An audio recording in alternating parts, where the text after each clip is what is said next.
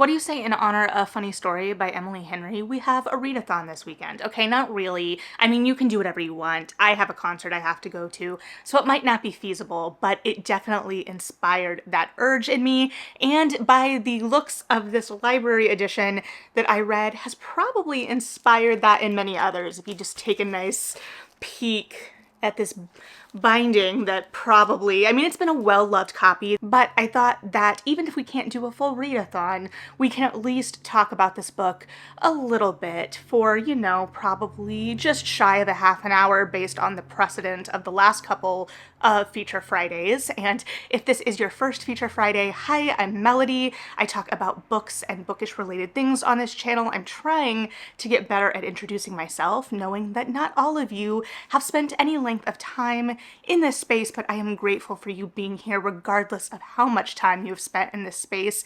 And on Fridays, I typically try to dive into a book. Now, I don't need to tell you about Emily Henry if you spend any amount of time in bookish spaces online, and I am admittedly late to the game because I have been on that aforementioned hold list. And so this discussion in some ways is sponsored by the fact that I need to take this copy back to the library, and so it needed to go or move to the top of my priority read list based on the fact that it had a hold list and a substantial hold list still. And so I went into this excited because I have enjoyed Emily Henry's books in the past, but also a little nervous because I didn't love Happy Place, and we talked about Happy Place in a Feature Friday last year as well. And so I wasn't really sure what to expect, especially because the premise of this seemed very delicate to me as a reader, in that the premise, if you don't know, is that Daphne, our protagonist and our point of view character, has recently broken off an engagement with her fiance because he basically cheated on her at the bachelor party with his best friend Petra, Peter and Petra, so that is funny in and of itself, and they kind of run off together, and not only run off together, but after Daphne has been on her own for a second, and not just on her own, but living with Petra's ex-boyfriend Miles, they get an invitation to Peter and Petra's upcoming wedding that is just shortly after the original wedding date for Daphne and Peter, and so she is gutted, and the entire book kind of hinges around the fact that these two exes are living together and navigating this post-breakup space. And then on top of this, in wake of getting invited to this wedding, they start a fake relationship in effort to kind of try and save face with these exes and prove that their lives weren't upset to quite the extent that they were by this betrayal. And so there is a lot of baggage inherent to that premise, and I wasn't really sure what to expect. But the name of the book is Funny Story, and I should have trusted that. So definitely very much of the rom-com angle, and I'm very interested in kind of exploring. Emily Henry really sits on this kind of cusp between romantic comedy and what would have been historically kind of classified as women's fiction, which we have talked about before. I'm sure we'll talk about again in terms of the kind of limitations of that label. But it is interesting because romance is such a significant driver in this book, and it is a romance by all of the definitions, and yet Daphne's journey and her kind of coming into her own is also so central to this, and is also evidenced by the fact, though this is a trend I think we're seeing more broadly across contemporary romance, not only in the first person point of view, which I started to see a couple of videos this week of people talking about not reading anything but first person point of view, which kind of shocked me because I wasn't aware of that preference, but it makes sense in terms of the popularity of contemporary romance right now and the prevalence of first-person point of view in that kind of category. I can be kind of hit or miss with first person. If the first person is done well, it is excellent. Sometimes it is not done well, and it's a little harder. But I'm never gonna knock on someone for having that preference because I have the preference that I will not read first person in fan fiction. So everyone's allowed to have their preferences. But with this, we get Daphne's point of view, but we don't get Miles's point of view. And Miles is also incredibly central to this story. but by making Daphne the main point of view character, it is clear that her journey, her emotional journey, is the driver of this book. And so in terms of the structure, that kind of funny story idea is the bookend, and I like the way that we open and close this novel. We come full circle in a really satisfying way, centered around this theme of funny story, and guided by the fact that this is such a larger-than-life story in a lot of ways, the kind of story that you would tell at the bar, maybe Miles's bar, and you can't convince me that on some level, or can't not convince me that on some level this book was inspired or wasn't inspired by the "and they were roommates" meme. I mean, right, it feels obvious, but kind of going back to this idea of the book starting out with Daphne not sure how to tell her story. We're talking about how she is never good at telling stories, or not good at telling her story, which is extra ironic in light of the fact that she is a children's librarian, hence the readathon. And I will circle back to the character work of it all, I promise. I just kind of want to get the structure piece kind of hashed out a little bit, because we are then kind of watching Daphne transform into a person where she's more comfortable and confident in herself, and she is able to tell her story. And this kind of segues into the character work, because we are watching Daphne become her own person in a lot of ways. She is called a we person by her coworker, who becomes a friend over the course of the book, Ashley, in a way that is such a searing observation and insult in some ways, and it sees so clearly through to her character. And I also think a lot of her character is reflected in how she reacts to that, and is able to take that in and sit with it and kind of reevaluate who she wants to be and how she wants to interact with people in her life, because we've all probably known the kind of person that becomes consumed by a relationship and doesn't have their own personality. This is a woman who read a bunch, was it 4 Dune books, for her ex-fiance's friend in order to try to form some kind of connection. This is a woman who wants so badly to have those connections, and we get the backstory of that and the kind of what makes Daphne Daphne, but she's always putting herself out there in that way. But at the same time, she is allowing other people's personalities to kind of subsume hers. And so she is finding herself throughout this novel. And this is a tricky balance that the novel itself contends with, because a lot of this self-discovery is spurred on by the fact that she is getting closer to Miles. And is she just kind of replacing her we person, is something that the novel, Daphne herself as a character, contends with. And I think that that is part of the reason that we don't get Miles's point of view, because we are watching Daphne kind of figure out who she is, even amidst this man who becomes so central to her life. But also then we are seeing Miles through her point of view, and that also kind of helps facilitate some of the miscommunication and misunderstanding later in the book. And if you are a romance reader, those words may be putting up red flags, you may have your hackles up, but here is where I think this is different. I think that miscommunication gets kind of a bad rap as a third act complication, because as humans, we aren't always good communicators. I know I am not always a good communicator. And so often I would be willing to bet where we don't like miscommunication, and some people just might not like miscommunication. That is allowed. You are allowed to not like things. However, I think that it is when it feels forced, or that it is because the plot feels like it necessitates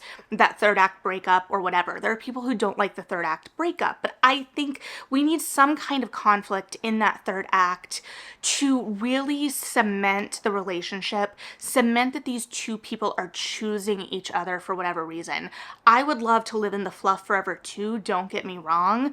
Unfortunately, narratively, I recognize the importance of the third act breakup. So these are two things, the third act breakup and miscommunication, that I have a complicated relationship with too. But I think I pinned it down for myself that when I kind of balk at it, or when I am more inclined to say it doesn't work, it's because the book isn't making it work. It feels forced on the story. And here, because we spend so much time with these characters are people in the sense that I feel like I could sit at the bar with my friends gossiping about these people. I'm not saying I sit at the bar and gossip with my friends all the time, but I am an adult and I have been known to sit at the bar and gossip with my friends. And I would gossip about these people for sure, because come on, it is a book centered around the idea that a person is left for a best friend basically at the altar. It is basically a jilting, and then that person ends up getting with the ex-boyfriend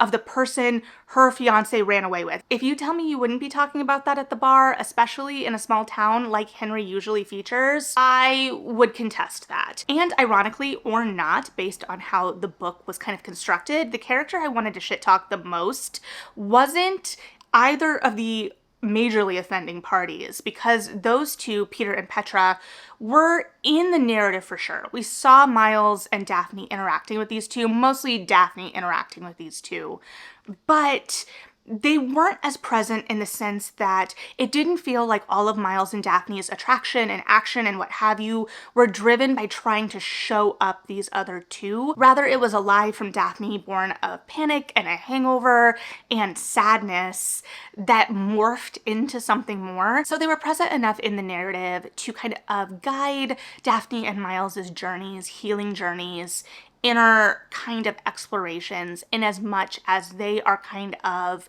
coming into their own in their 30s, because we are always coming into ourselves in some ways. And so they didn't overshadow what the rest of the book was doing. They didn't overshadow Daphne and Miles's relationship in a way that I was really relieved to see. I think it was really deftly handled. It acknowledged the uncomfy realities of running into your ex in a small town, especially a small town that isn't your home base for Daphne, and the book is kind of exploring Daphne's need to flee and her desire for roots and a home. And so it's her kind of deciding whether she's going to stay in this place that has always been Peter's and whether she can make it hers. But going back to the character I would talk shit about, and not even the friend that Daphne read all the Dune books for that supposedly didn't really care about her at all, but Daphne's college best friend Sadie, who is married or engaged, I think engaged by the end of the book,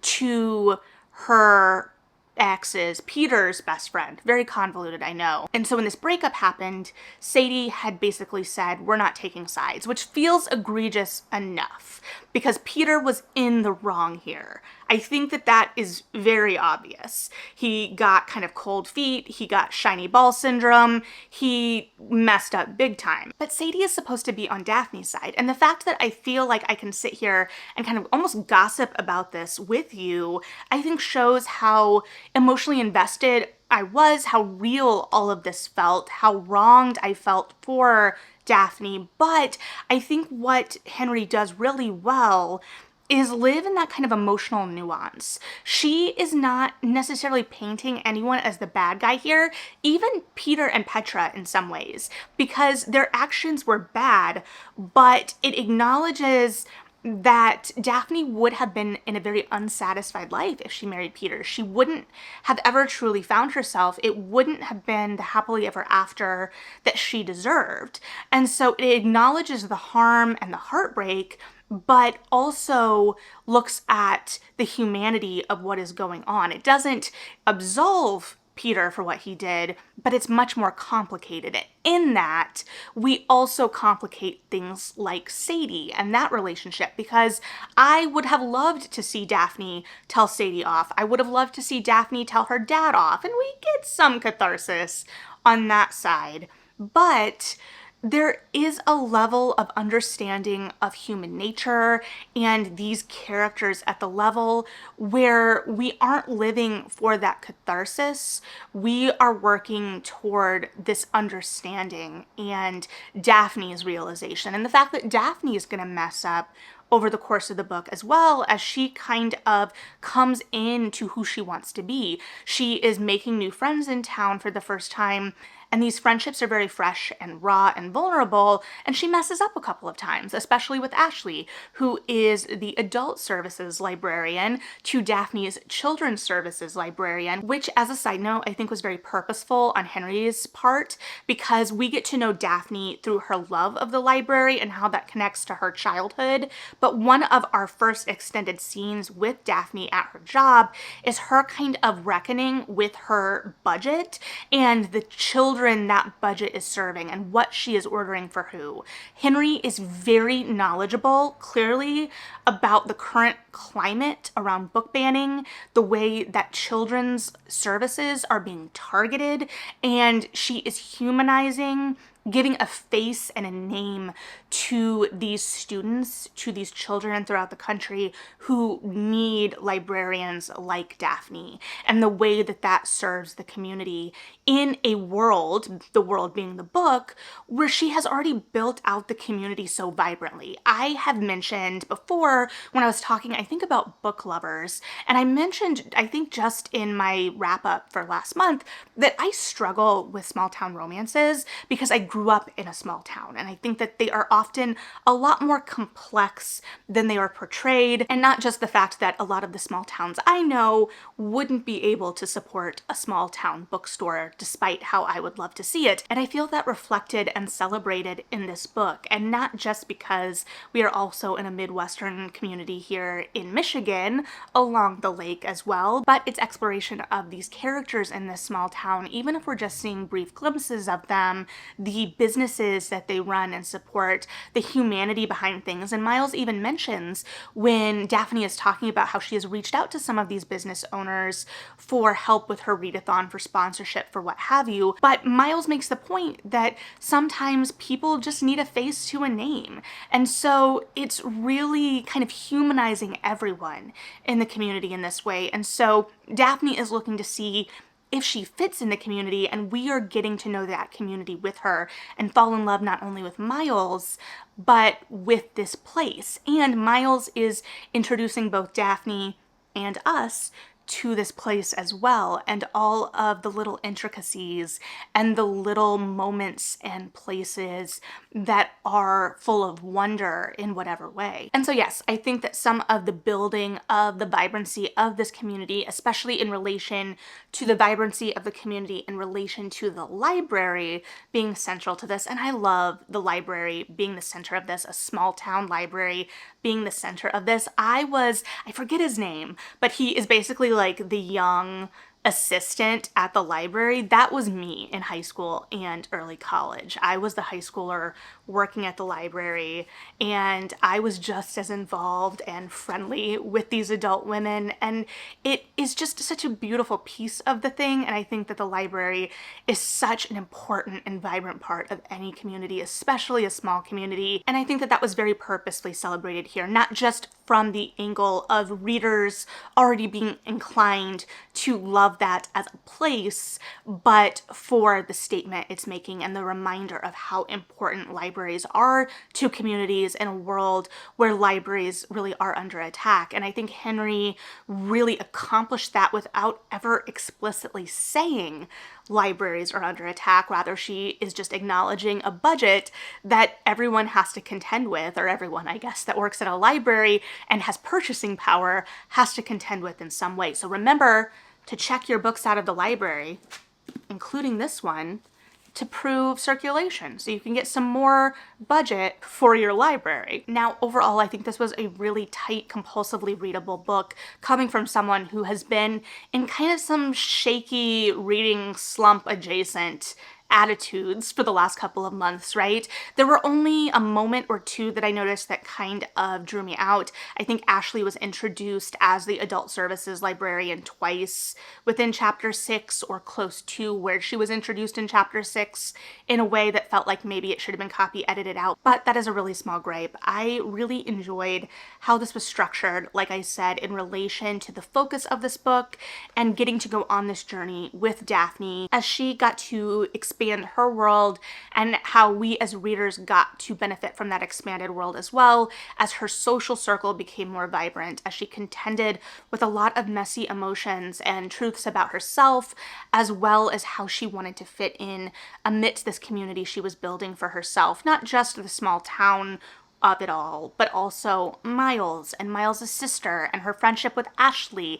and then her boss at the library as well, whose poker game she gets brought into with Ashley, and just all of these people, the barista at the place next to work, which also, okay, Miles I haven't talked a whole lot about Miles, I know, and I really loved him. As much as I understood why we were in Daphne's point of view, I would have really enjoyed getting Miles's, especially because he is such an affable guy. He's so nice, as Daphne is kind of explaining it, because Daphne isn't necessarily a people person. She doesn't make a great first impression, or she doesn't feel like she makes a great first impression. She's bad with that kind of conversation that comes early in a relationship of whatever nature, which is kind of reflected in that idea that she can't tell a funny story, right? She can't tell just like a bar anecdote easily. Miles can. He is affable. He makes friends easily. He is in with all of the small business owners in town because he sources for the local winery. There is just a lot to like about this guy, but also we see these peaks of how this is also kind of hiding a lot of vulnerability from him.